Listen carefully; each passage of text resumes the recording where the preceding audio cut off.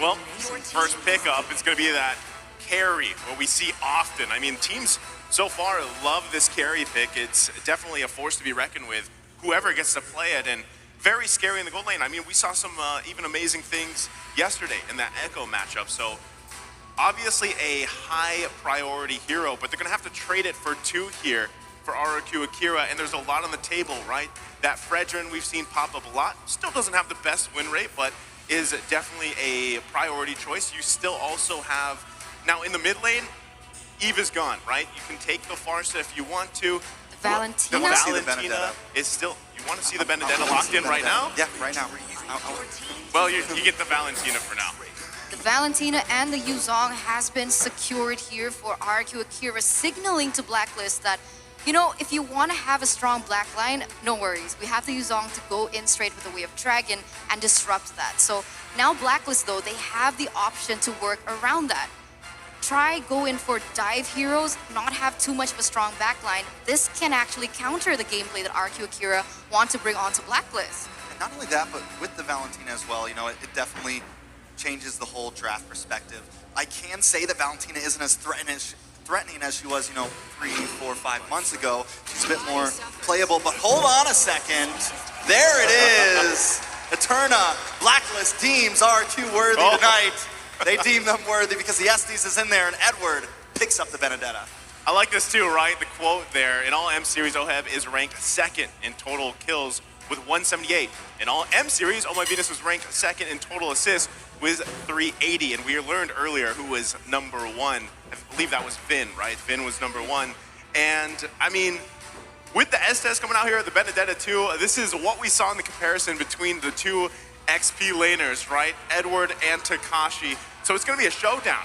Now, the thing is that interaction, Benedetta, Yuzong, who gets the better value from it throughout the game, that comes down to the players, right? That's what's so exciting about these XP laners. Depends on the pilot, 100%. It depends on the pilot. But look at this, RRQ AKIRA, they secured their next hero, and that is going to be the Hayabusa for King himself. So coming into the second phase of the drafts, because the Estes has already been picked up, I wouldn't predict, I wouldn't assume that there would be something like a Kufa ban coming in from Blacklist, but RRQ AKIRA, they're trying to limit that EXP lane because of the Benedetta that still can be flexed, right? The Fredrin is going to be taken out, and there are still a lot of options on the board, but Trex, what do you think Blacklist might be banning away? Maybe the Atlas going against the Estes? I think maybe really banning into the gold lane, possibly.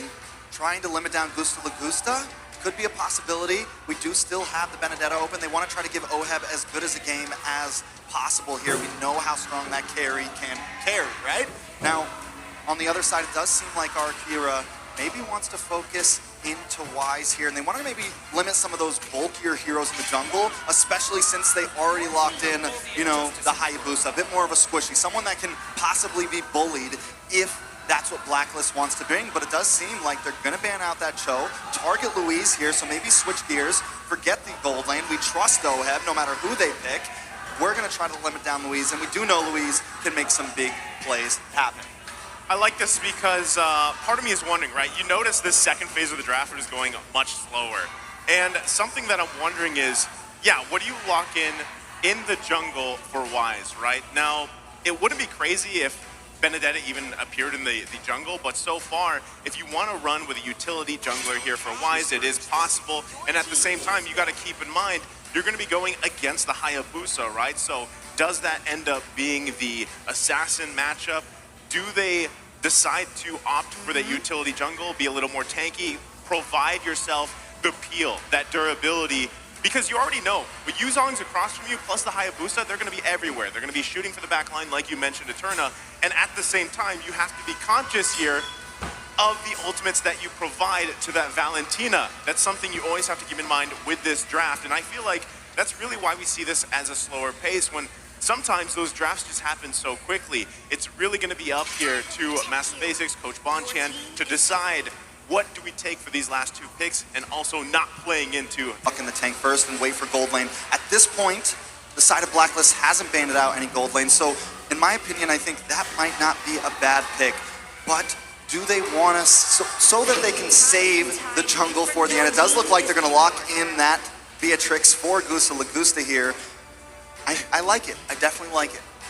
All right. Why do you like the Beatrix pick? You like it because of the win rate? Well, Did no, you see the win rate? That is true, but it shreds through some of this tankiness. It can shred through with all the heal that's going to come from Oh My Venus here. It's going to be able to possibly get through that. And if Wise does pick, you know, a signature tanky role for the jungle, they already have an answer locked in, and they do, in turn, bring in that Barats. Oh, this is a strong front line, right? Typical Blacklist. Typical Blacklist.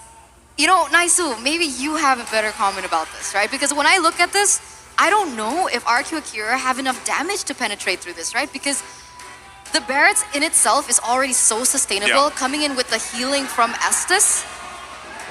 Like, the great thing here is, now, the carry is, I mean, yes, when you look at the lineup, you think Blacklist International, maybe you interchange this carry with a different marksman pick, but still, it is them, right? It's their signature here. I think what this is going to actually do for RRQ Akira, aside from really limiting these options for Rome, for Luis, is now you have to force yourself to build against all that sustain and, of course, the tankiness. But you guys called this earlier. The Atlas comes out here for the last pick for RRQ Akira. That was all. Right? When you see an Estes, you know that the opponent is going to clump up as 5. So how can you take them down as a whole? The thing that Blacklist did was take out Lolita, which makes sense, right? Because Luis loves the Lolita. He hasn't picked up the Atlas before, so they're playing into that. But now RRQ Akira, they're taking a risk here. They're picking up the Atlas, and every time I see an Atlas pop up on screen, I feel the hype, and I'm so excited to see how exactly they can actually pull this off. Most definitely now, the coaches have walked off the stage.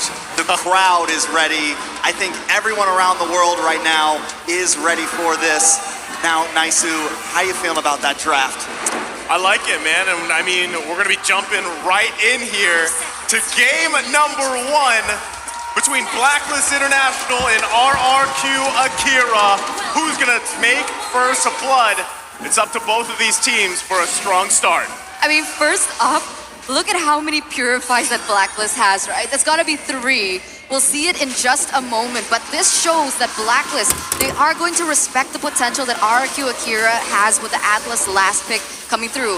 We have the Purify on Haji, on Oh My Venus, as well as Oheb. So it's not going to be as easy for RRQ Akira now, as they are going to have to calculate on all these spells and their timers. Oh, right now, already the focus on the top side. It's first blood for Haji under a minute in.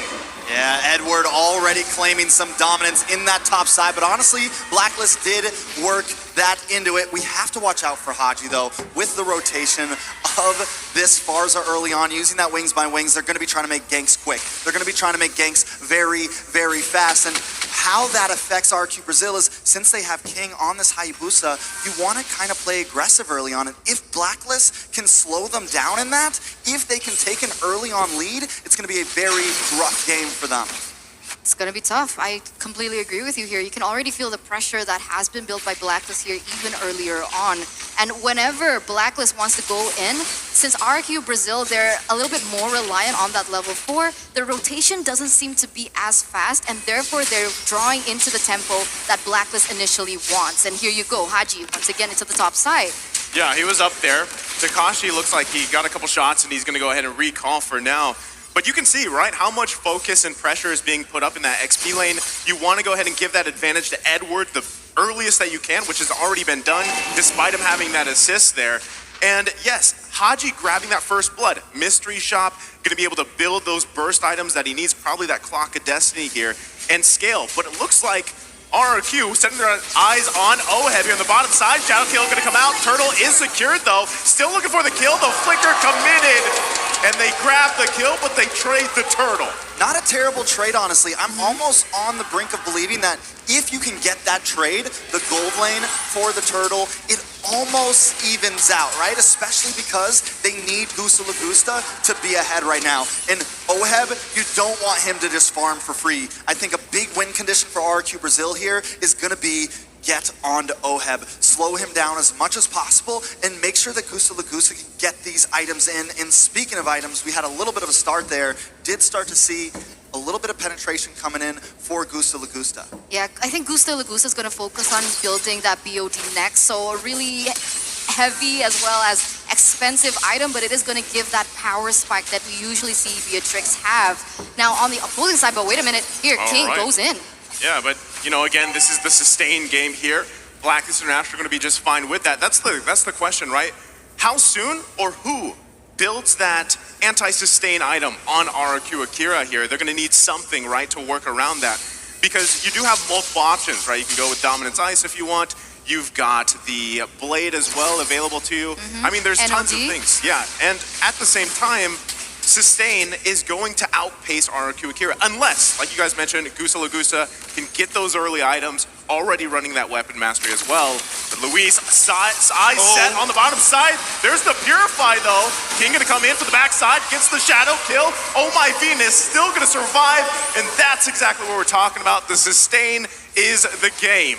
The potential that RRQ Brazil actually had initially because of the Atlas annihilated, right? They need to be able to find a way to bait out perhaps the Purify from maybe Sagan, and then you can see that Luis can find a huge moment, but once again, Luis. Edward owing in with the angle, able to secure a kill as Luis falls. Using that Electo final blow and also just getting a bunch of extra gold here. Can we just talk about the fact that Edward is in the bottom lane right now, in the gold lane, all the way from the top side? This is the problem when you give Edward that Benedetta. He's one of the most proactive EXP laners in, I mean, all of MLB, especially with a movable, with a mobility hero like that. He's all over the map early on already. I mean, look at the pressure he's already putting there. Takashi, though, Black Dragon form going to come out. It's King that falls. They're still going to be going, though. Haji now focusing on Luis. He's in trouble. Almost didn't even need to get eaten up by Wise as he falls as well. And now it's Gusta Lagusta on the run here. 4 members of Blacklist International going to get cut off by Agent Zero. Grabbing another kill here, going to the hands of Haji.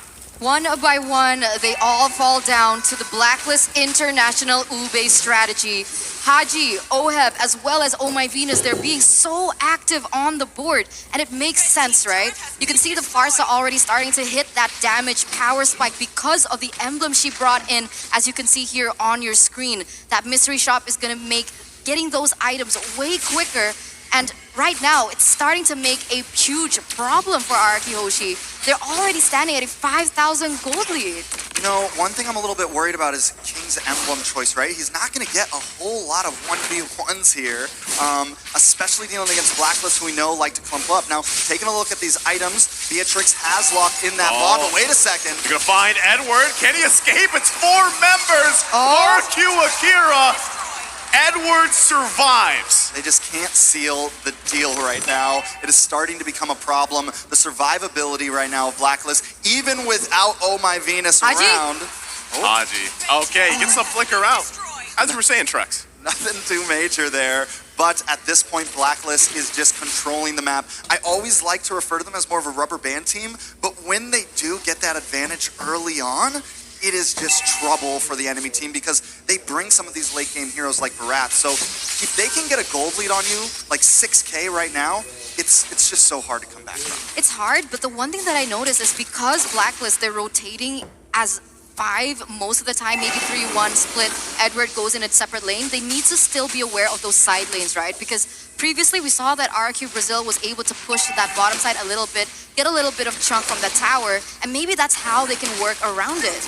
I do like the fact that Brazil did not try to contest that turtle, right? They know the deficit they're in right now, and I think at this point their only option is to not force fights. Blacklist, I don't think, is going to make any mistakes at all, honestly. And as we're now seeing on the screen, Oh My Venus picked Estes 57 times with 46 wins. That is an 86% win rate. Wise. Takashi, just like that, they're going to go ahead and grab it and the turret here.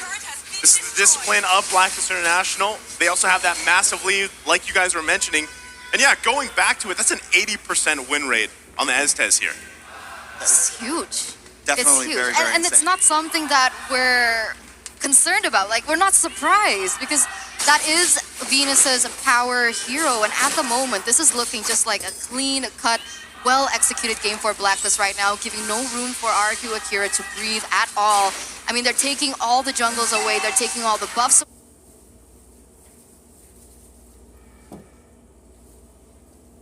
away. And the Hayabusa, he needs this buff. It's so difficult for him to play anything on the board, realizing once again, like we mentioned, the high and dry. And because they're rotating together, we haven't seen the positive outcome from it as now. We're going to take a look at the items here 8 minutes in. Well, I mean, item-wise, it's looking good for Blacklist International. AK gold lead, like we mentioned, 8 minutes in. Again, it's only been 8 minutes, right? And it's tough. It's a tough situation to be in if you're RRQ Akira here, because are you in a position to actually contest the first Lord of the game? Probably not. Should you let it go? Now that's up to them. It's better because you don't have to get wiped out. As you see, Wise using the Daytona's welcome, not going to get fatal linked at all. You know, so much pressure was on Luis in this game from the very start. We called the Atlas pick. He did end up picking it, but right now, with 3 Purifies on the board, Wise with the Daytona's welcome that is pretty much a Purify in itself. I mean, there's just nothing that RRQ Brazil can do right now to make the play happen. It is just spelling trouble all over, and I don't really see a way they can come back. It's brutal at this point, right? I mean, you can see the only thing that they can do is try and utilize the high mobility of the Hayabusa. Try split the map, try push those side lanes, try and bait Blacklist from going to the opposite side of the map. But even then, it does still feel like Blacklist is already onto this. And so they're responding accordingly with Edward. I mean, here's the question, right? Most people that have been watching Blacklist International for a while now know that when the Estes is locked in by Oh My Venus, they're going to go to what they're known for, the Ube strat, ultimate bonding experience. Who's usually the hero that counters that? Well, Atlas is a great choice, but when you can't actually utilize that ultimate, the Fatal Links, because there's also, 3 Purifies, make it 4 technically with Wise on the Barretts, it's really hard to work around that when you don't have the damage for even follow-ups if it's a mishap. So, as you can see already, RRQ Akira going to lose the mid lane here. Actually, they're holding on to it a little bit, but Oheb decides to take it down anyway, even with Lord taken out. And RRQ Akira trying to hold on a little bit longer into this game. It's 10 minutes in. Does Blacklist International go for this bottom side inhibitor? We also have King just clearing up on the top side. The rest of the team defending in the base. You can already see the poke here from Blacklist International. Luis might be looking for an initiation. Gets the Fatal Links off, but gets punished right away as Luis falls. Takashi going to go in though. King to follow. Gusta La Gusta getting the shutdown. Poseidon has to flicker out. Gets taken out with a double from Moab. And this could very well be it for game number 1. As the minions push into the mid side of Blacklist International, looking to end it before the 11-minute mark. Can RRQ Akira hold on? And it looks like they do for a little bit longer. I mean, I don't know how much longer. Blacklist are playing extremely aggressive. They know they don't even need to play super disciplined. They can take what they want right here, taking another look at these items. Wait a second, Brazil trying to possibly push out. The sustain though, Wise, Daytona's welcome, gonna get eaten up right away. King falls here in the mid lane. Another punish. Just RRQ Akira has no entrance. Whether it's in the front, whether they're looking from the side angles, the back with Yuzong, it just does not work right now. Yeah, it just seems like there is not an answer for them. It might be time to start thinking about game 2. I think the only possibility here, like if I really want to play the devil's advocate, is try to get them to use those Purifies with either the Atlas or Takashi on this Yuzong, try to bait out those Purifies, and then whoever baited them, the next big CC needs to come in and get them. But that is asking a lot, especially the way Blacklist are playing this. And once either of them goes in, Oheb is so farmed already. He's the second highest gold. No, he's got the second highest damage on the board as we speak. Once they go in, he is shredding them down. It's hard. It's difficult. I completely agree with you. I would try and bait with Sagan on the Valentina, perhaps with a big play, but even then, it's not possible. They can't look for pickoffs either, and every time King looks for a split push, you see him being taken off the board and giving Blacklist a bigger lead than they already have. And up until this point here, Luis goes for something here. Ooh. Let's see what they can do. But Another Purify. there you go, Purify. Right, that seems to always be the answer. Haji gonna get to half health, healed up right away. Saigon though going in, not gonna be able to get anything as he falls. Haji to grab the kill. Lord here, 1/4 health. Who's gonna be able to grab it? It's Oheb with the killing spree. King goes in, can't out Retry Wise. Trying to run away from his life, goes back. No! He goes back and gets taken out. 3 fall for RRQ Akira. The way they were waiting at the shadows. He tries to go back. He sees them all there. He's like, nope, I'm back. And then he's right back at the rest of the team. There was no escape for King there. This could be the end for Blacklist. It's not looking good whatsoever as once again Blacklist going to be pushing this mid lane. Well, they're going in. Luis, one more effort here. Wise going to eat him up. Lord still being worked on. The Crystal half health. They might just lock it in. Edward finally goes down though. RRQ Akira still holding on. Feathered Airstrike going to come out too, but they're pushing it in. A couple hits away, and it's Blacklist International taking first blood. Blacklist International going to be leading the series here with a 1-0. And now the ball is in RRQ Akira's court. Will they be able to go back into the game with a level head